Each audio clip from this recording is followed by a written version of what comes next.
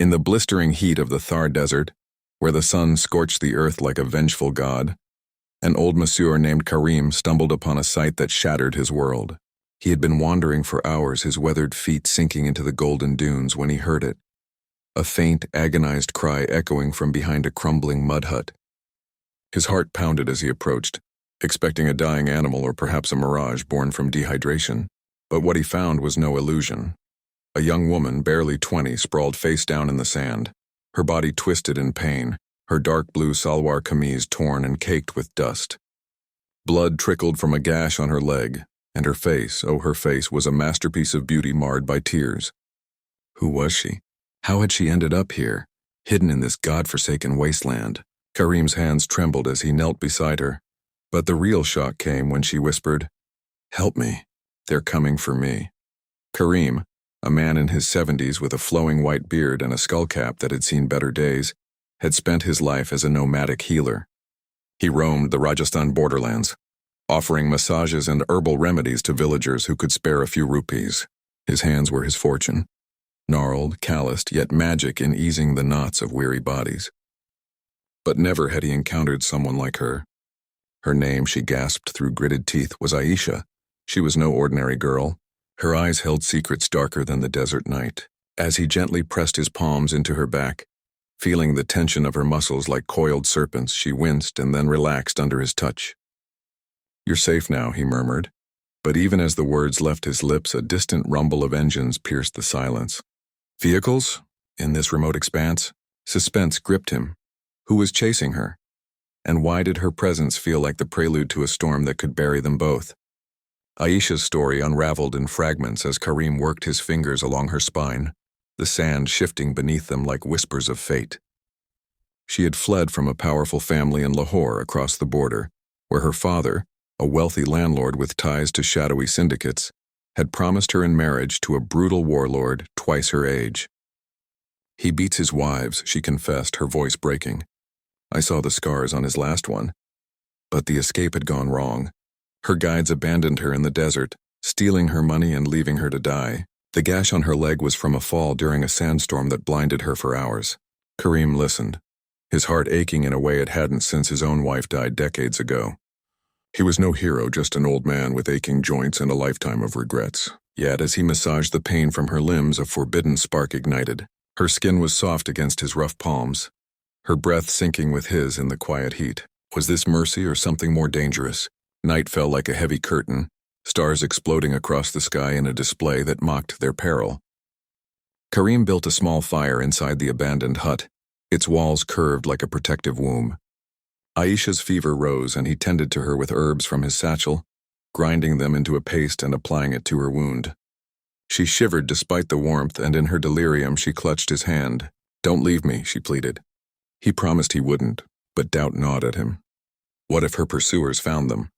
He had seen their kind before, men with guns and no mercy, smuggling across borders under the guise of trade. The hook of suspense tightened. A single wrong move, and this fragile connection could end in blood. As she slept, Karim watched her, marveling at her beauty. The cascade of black hair, the curve of her lips that hinted at smiles she'd forgotten. For the first time in years, he felt alive, not just surviving. By dawn, Aisha's strength returned enough for her to sit up. She watched Karim prepare a meager meal of chapati and dates, her eyes tracing the lines of his face. "Why do you help me, Baba?" she asked, using the respectful term for an elder. He chuckled softly, hiding the flutter in his chest. "Because the desert takes, but sometimes it gives back."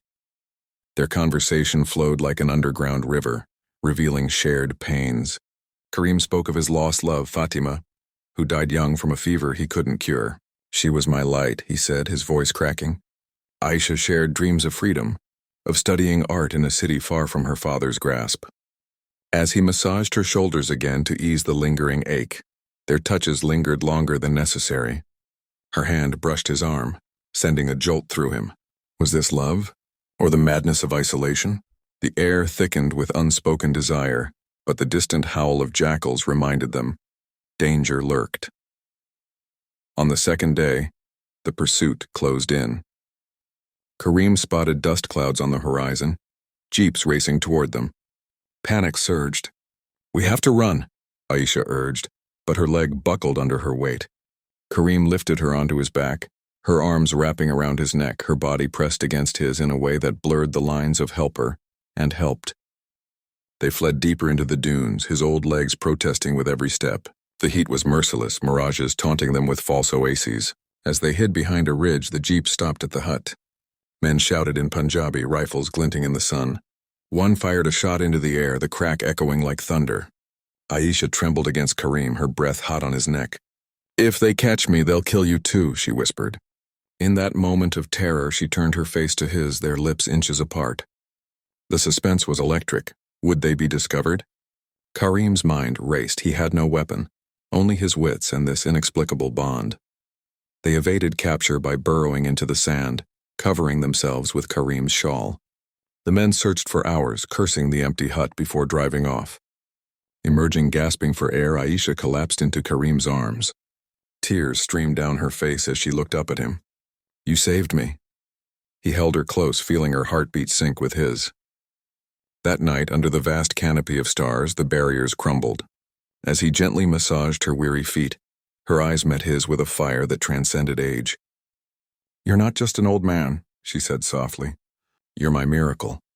Their first kiss was tentative, born of gratitude and desperation, but it deepened into passion. His hands, once tools of healing, now explored with reverence. She responded with a hunger that surprised them both, her youth igniting his faded embers. In the hut's shadows, they made love on the sandy floor, the desert winds howling approval. It was shocking in its intensity, a forbidden union amid chaos. But love in the desert is fragile, like a flower blooming in arid soil. Days blurred into a rhythm of survival and intimacy. Karim taught Aisha the ways of the nomad, reading the stars for direction, finding water in hidden wells. She in turn painted stories on his soul with her words, dreaming of a life together far from here. "We could go to America," she fantasized, her head on his chest. "Start fresh where no one knows us." He smiled, but worry etched his brow. Her family wouldn't stop. Rumors of border patrols increased. One evening, as he massaged oil into her skin by firelight, she confessed a deeper secret. She was carrying a child from a forced encounter before her escape. The revelation hit like a sandstorm, shocking, suspending their bliss. "It's not his," she said fiercely. "If we survive, it'll be ours." Karim's heart swelled. He vowed to protect them both. Suspense mounted as scouts returned. Karim overheard villagers whispering about a reward for the runaway bride. They had to move. Trekking through the night, Aisha's condition weakened her, but Karim carried her when needed, his love fueling his strength. They reached a smuggling route near the border, where Karim knew a contact who could get them across. But betrayal lurked. The contact demanded payment they didn't have. In a desperate gamble, Karim offered his heirloom ring, the last remnant of Fatima. As they waited in a hidden cave, Aisha's pains intensified. "Not labor yet, but close. What if we don't make it?" she asked, fear in her eyes. He kissed her forehead. "We will, my John." The crossing was a nightmare. Under cover of darkness, they slipped past patrols, but gunfire erupted. A bullet grazed Karim's arm, blood soaking his shirt. Aisha screamed, pulling him forward. They collapsed on the Indian side, exhausted but free. In a small town, a doctor tended their wounds, and Aisha's pregnancy was confirmed healthy.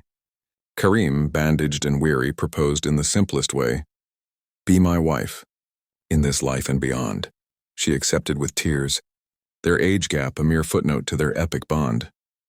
Years later, in a modest home in Jaipur, Karim and Aisha built a life. He continued his massages, now with her help, while she pursued art, painting scenes of their desert escape.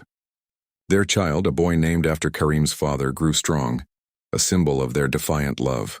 The desert had hidden her, but revealed a soulmate in the unlikeliest form. Their story, whispered among nomads, became legend. The Masseur who found an unknown girl, and together they conquered fate. But twists remained. One day, a letter arrived from Lahore, her father dying, seeking forgiveness. Aisha burned it, choosing peace. Karim, now frailer, smiled at her resolve. Their love, shocking in its origins, suspenseful in its trials, proved enduring. In the end, the desert didn't claim them. It gifted them eternity.